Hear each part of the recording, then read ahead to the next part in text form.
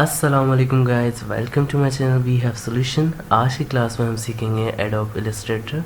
जैसे कि हमारा पिछला टॉपिक सिलेक्शन टूल के बारे में था, ठीक उसी तरह एक स्टेप आगे आज हम डायरेक्ट सिलेक्शन टूल के बारे में समझेंगे।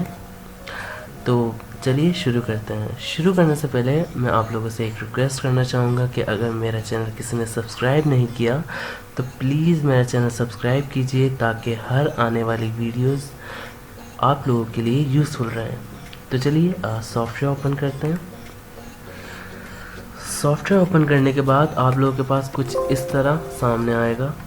तो इसमें मैंने पहले से आर्टबोर्ड लेके रखा हुआ है और दो शेप्स क्रिएट करके रखी हुई हैं, ठीक उसी तरह जिस तरह मैंने पिछले लेसन में आप लोगों को आर्टबोर्ड लेना और उसकी कुछ प्रॉपर्टीज़ के बारे में बताया था। ठीक उसी तरह ये आर्टबोर्ड मैंने यहाँ क्रिएट करके रखा हुआ है।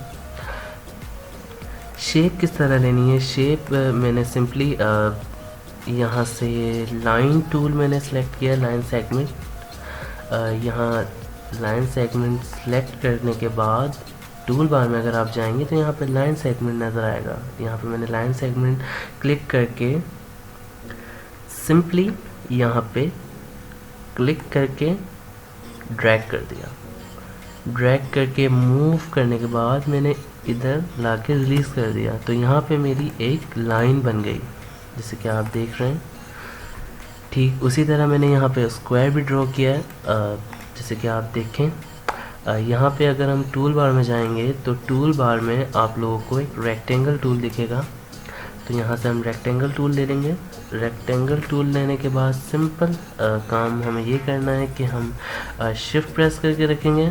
शिफ्ट प्रेस करने के बाद हम माउस को क्लिक करके ड्रैग करेंगे। ड्रैग करने का वर्ड जब भी मैं आप लोगों से यूज़ करूं तो आप लोग प्लीज़ समझिएगा कि मैं माउस क्लिक करके मूव कर रहा हूँ।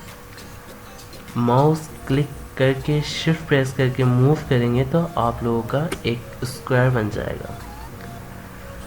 तो मैंने यहाँ पे स्क्वायर बना लिया है। ये वाला डिलीट कर देते हैं फ़िलहाल और मैं यहाँ ये रख लेता हूँ सेंटर में। अब हम जाहिर सी बात है हमारा आज टॉपिक डायरेक्ट सिलेक्शन टूल का है, तो हम डायरेक्ट सिलेक्शन टूल पे चलते हैं। डायरेक्ट सिलेक्शन टूल दरअसल होता क्या है? डायरेक्ट सिलेक्शन टूल ये जो वाइट कलर का एरो है ये दरअसल कहलाता है डायरेक्ट सिलेक्शन टूल। इससे बैक का जो एरो है वो सिलेक्शन टूल का कहलाता है, जो हमने लास्ट क्लास में पढ़ा था। चलते हैं डायरेक्ट सिलेक्शन टूल के पास। तो ये दरअसल इसका वर्क क्या है, ये क्या काम करता है और इसके क्या फ़ायदे हैं, इससे हम क्या क्या कर सकते हैं। बहुत मज़े की चीज़ें बना सकते हैं हम। आप अगर मेरे चैनल को ज्वाइन करके रखेंगे तो आप लोगों को वो सब शेप्स में बना के दिखाऊंगा। तो चलिए इसके यूज़ के बारे में जानते हैं। दरअसल इसका काम ये होता है कि ये दरअसल एंकर पॉइंट्स को मूव करने में मदद करता है। याद रखिएगा, एंकर पॉइंट्स के साथ साथ ये पाथ को भी मूव करता है। अब आप लोगों को ये कन्फ्यूज़न हो रही होगी कि एंकर पॉइंट्स क्या कहलाते हैं और ये पाथ क्या कहलाते हैं। तो इस बारे में भी आपको मैं डिस्कस कर देता हूँ। दरअसल ये लाइन में डिलीट कर देता हूँ फ़िलहाल। दरअसल ये जो मैंने लाइन बनाई हुई है ये लाइन कहलाती है पाथ। इसका जो एंडिंग पॉइंट है, इसका जो एंडिंग पॉइंट है ये कहलाता है एंकर। एंकर में आप लोगों को थोड़ा सा क्लोज करके दिखा देता हूँ। ये जो बॉक्स है ब्लू कलर का ये दरअसल कहलाता है एंकर। एंकर क्या होते हैं? एंकर जैसे कि फॉर एग्ज़ाम्पल मिसाल के तौर पे जैसे हमारी बॉडीज़ पे जो है जॉइंट्स होते हैं, जिसकी मदद से हम मूवमेंट कर सकते हैं। हम अपनी बॉडी के कुछ पार्ट्स को ब्रेक कर सकते हैं। ठीक उसी तरह ये पाथ को ब्रेक करके रखता है। पाथ ये है, इस पे गाइड्स में लिखा हुआ आ रहा है, इलस्ट्रेटर खुद भी आपको बताता है जिस पे आप क्लिक करके रखते हैं। तो दरअसल पाथ ये है और ये जो बॉक्स है ब्लू कलर का इसने इस पाथ को रोक के रखा हुआ है, मतलब ब्रेक करके रखा हुआ है। तो ये एंकर पॉइंट कहलाएगा, मतलब ये जॉइंट है, ये एंकर पॉइंट कहलाएगा।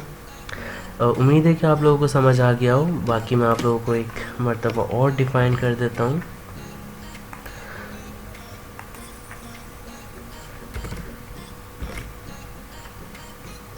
जूम कर लेते हैं थोड़ा।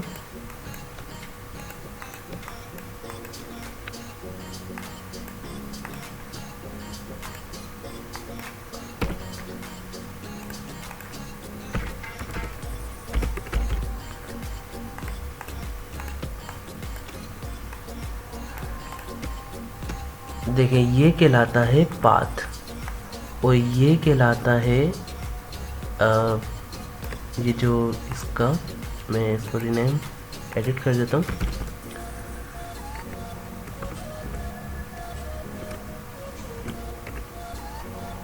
सॉरी,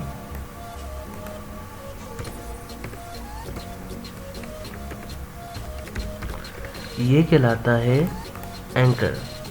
इसका जो एंडिंग पॉइंट है ये कहलाता है एंकर, और जो बीच में जो ये पाथ जो जा रही है, ये जो लंबी सी मैंने छोटी सी पाथ बनाई हुई है पतली सी, ये कहलाती है पाथ। ये जो लाइन है याद रखिएगा, ये पाथ कहलाती है। इस पाथ की मदद से बहुत अच्छी अच्छी इलस्ट्रेशन हो सकती हैं इलस्ट्रेटर पे। और ये जो है एंकर, जो कि ब्लू कलर का बॉक्स, ये कहलाता है एंकर। उम्मीद है कि आप लोगों को समझ आ गया होगा। तो चलिए इसके फ़ायदे के बारे में, इसके क्या क्या फ़ायदे होते हैं, हम इससे क्या क्या कर सकते हैं। इससे हम बहुत मज़े की ऑब्जेक्ट्स बना सकते हैं, बहुत मज़े की चीज़ बना सकते हैं। तो चलिए मैं आप लोगों को बना के दिखाता हूँ। जैसे कि मैंने आप लोगों को बताया, ये बॉक्स मैंने स्क्वायर मैंने किस तरह से लिया। शिफ्ट प्रेस करके ड्रैग करेंगे ये रेक्टेंगल टूल लेके, तो ये इस तरह का स्क्वायर हमारे पास आ जाएगा। इसको मैं थोड़ा सा छोटा कर लेता हूँ। छोटा करने के लिए हम क्या करेंगे, शिफ्ट प्रेस करके और प्रेस करेंगे। याद रखिएगा दोनों को एक साथ प्रेस करके रखना है और छोटा करना है। इस तरह छोटा करने के बाद मैं इस तरह इसको मूव कर लूँगा। मूव किस तरह करना है, ऑल्ट प्रेस करके खाली आपको ड्रैग कर देना है इस तरह। ये इस तरह मूव हो गया। अब मैं इस वाले बॉक्स को ऊपर की तरफ ले जाता हूँ, ये इस तरह मूव हो गया। इन तीनों बॉक्स को मैं सिलेक्शन टूल की मदद से ड्रैग करके सिलेक्ट कर लेता हूँ और उसको बीच में रख लेता हूँ। अब मुझे जाहिर सी बात है, डायरेक्ट सिलेक्शन टूल का काम क्या होता है। डायरेक्ट सिलेक्शन टूल का काम ये होता है कि एंकर पॉइंट्स को मूव करना। एंकर पॉइंट को मूव किस तरह करेंगे, मैं शेप यहाँ क्लिक कर लेता हूँ।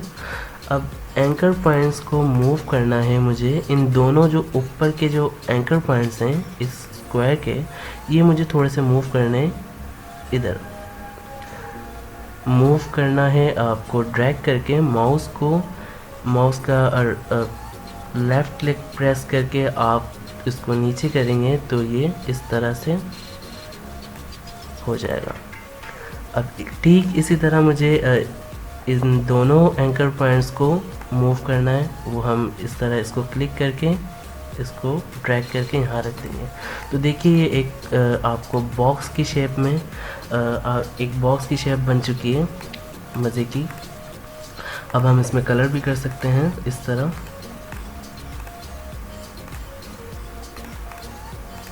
इस तरह मैंने इस पर कलर ले लिया। तो दरअसल एंकर पॉइंट्स का ये काम होता है। हम इस तरह बहुत सी शेप्स बना सकते हैं। ये तो एक बेसिक सी शेप है, आगे आगे चल के तो बहुत बड़ी बड़ी चीज़ें बनानी है मेरे भाई। तो उम्मीद है कि आप लोगों को ये लेसन समझ आया होगा। ये बेसिकली मुझे इस लेसन में आप लोगों को डायरेक्ट सिलेक्शन टूल के बारे में समझाना था, जो कि मैंने समझा दिया।